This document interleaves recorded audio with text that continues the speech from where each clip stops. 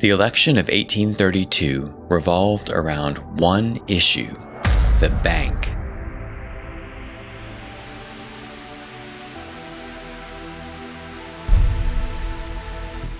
The federal bank was not destroyed by champions of the helpless contending against the money power, but by a rising and popular business interest that found the bank doubly offensive for being both vested and regulatory. Wall Street, the state banks, and speculative borrowers, dressing up for the occasion in the rags of the poor, and parading with outcries against depression by the aristocratic Mr. Biddle's hydra of corruption, whose nest they aspired to occupy themselves.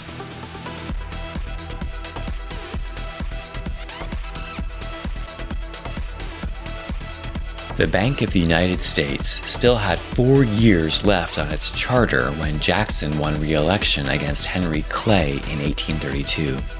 Yet one of the first actions Jackson took in his second term was to start moving federal money out. He was determined to kill the bank as soon as possible. This was just the start of 4 years of financial ineptitude on a scale never seen before or since. Moving an entire country's reserves from one bank to another is not an easy thing to do. There would be major disturbances in the credit markets. When Jackson asked Treasury Secretary McLean to move the country's treasury to a group of so-called pet banks that were loyal to him, McLean flat out refused. So McLean was pushed out and Jackson appointed another Treasury Secretary to do his bidding. The only problem was the new Treasury Secretary also refused. I refuse to carry your directions into effect, not because I favor the Bank of the United States, to which I have been, am, and always shall be opposed, but because the public money in the Bank of the United States is safe, and a change to irresponsible banks will tend to shake public confidence. So then Jackson admitted his lack of knowledge about finance and respected Duane's opinion. Just kidding, he immediately started looking for a third Treasury Secretary, and he finally found one obedient enough to carry out his stupid wishes. This was Roger Taney, one of Jackson's closest advisors and a member of his kitchen cabinet. This whole thing reminds me of Nixon's Saturday Night Massacre, or of any other Friday in the Trump administration. But even Taney wouldn't move the money out immediately, because that was nuts. And it was also illegal.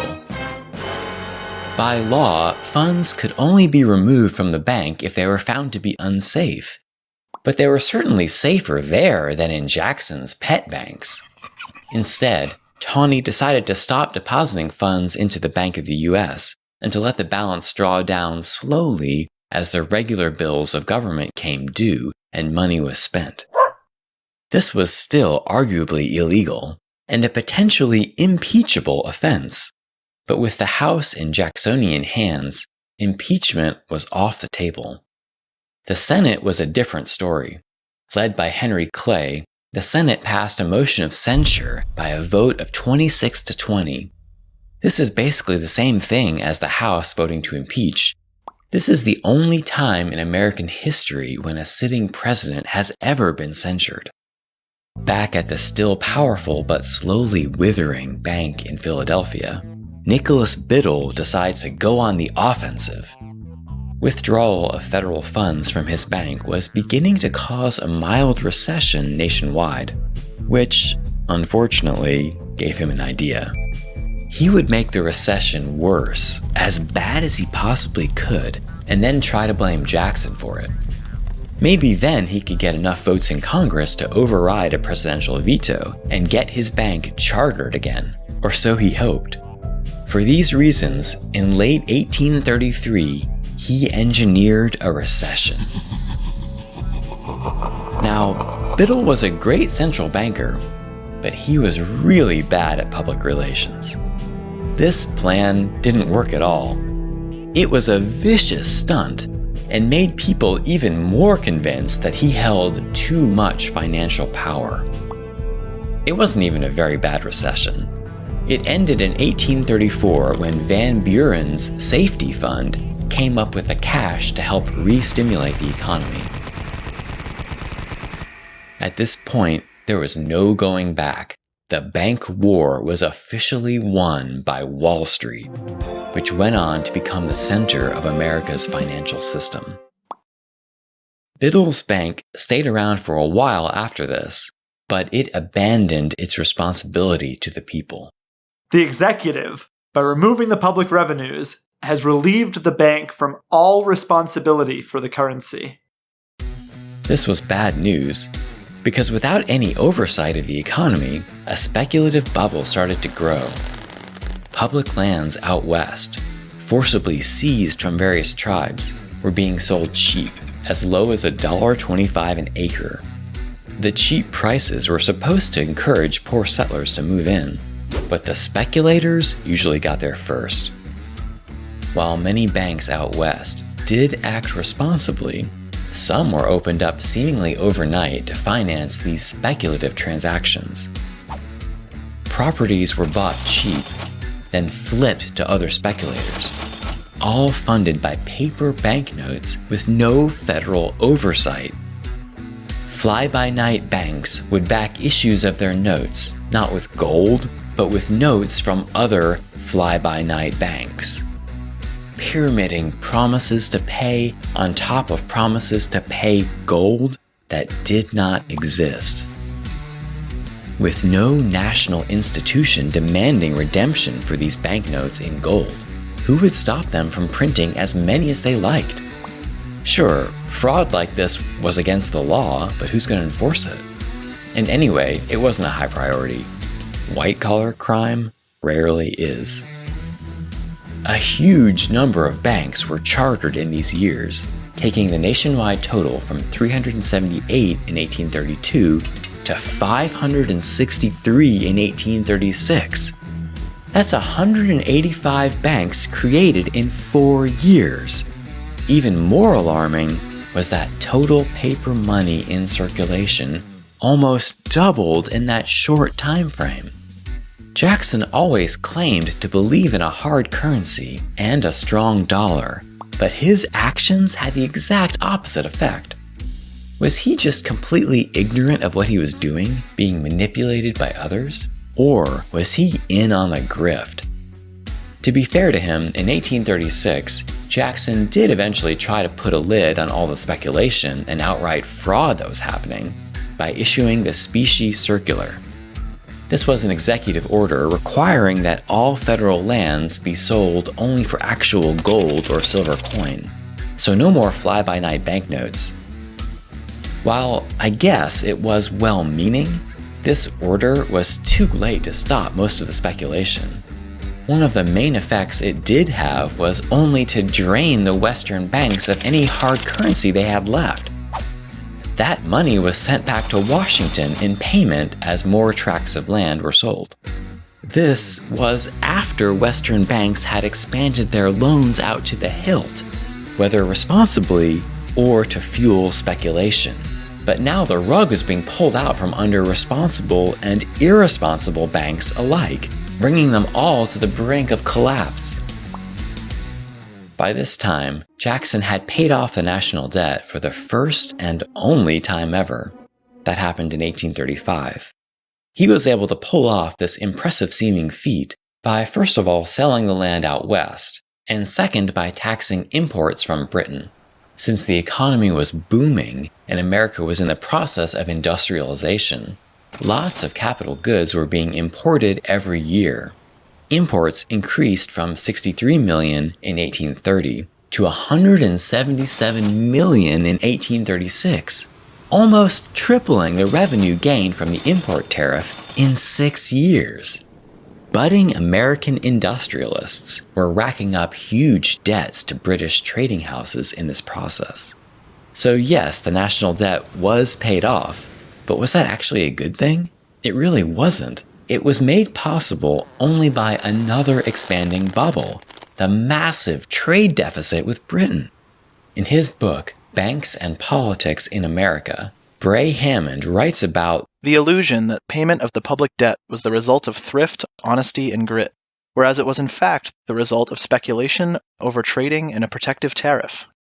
The way I see it, the debt wasn't really ended, it was just shifted over to the private sector in the form of two giant bubbles, one held by British trading houses overseas, and the other in real estate prices out west.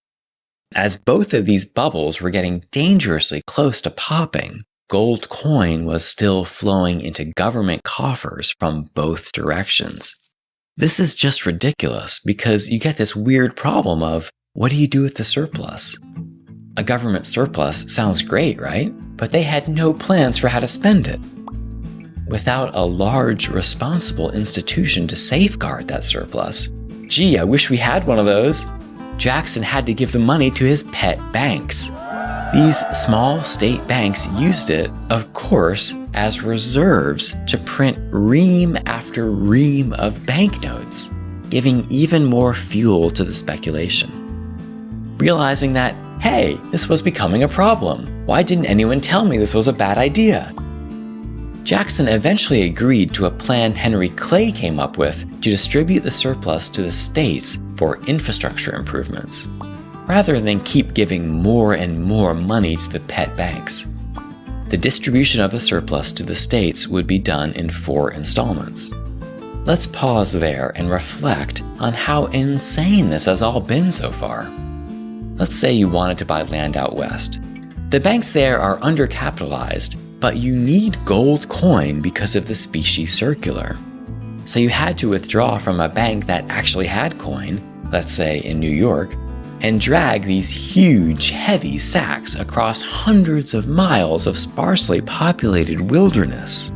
If you managed not to get robbed on the way after the sale, the coins would head straight back east again to DC because that's who we're buying the land from. At which point they'd be gathered and sent back out again as the surplus is distributed to the states. It's just like, hello, is anyone home? The monetary affairs of the whole country were convulsed. Millions upon millions of coin were in transitu in every direction and consequently withdrawn from useful employment. Specie was going up and down the same river to and from the south and the north and the east and the west at the same time. So, this money for infrastructure improvements, were the projects vetted at all, or did they just send the money out the door as fast as possible? Yeah, I'm sure it was all spent super efficiently. Anyway, the first 2 installments of the surplus were distributed to the states as planned, but the third was delayed a little bit, and the 4th one never arrived. That's because the country had fallen into a deep depression, one of the worst in our history, which began with the Panic of 1837. It started when the Bank of England raised interest rates. They kept rates too low during the boom, and their gold reserves were all flowing out to the US.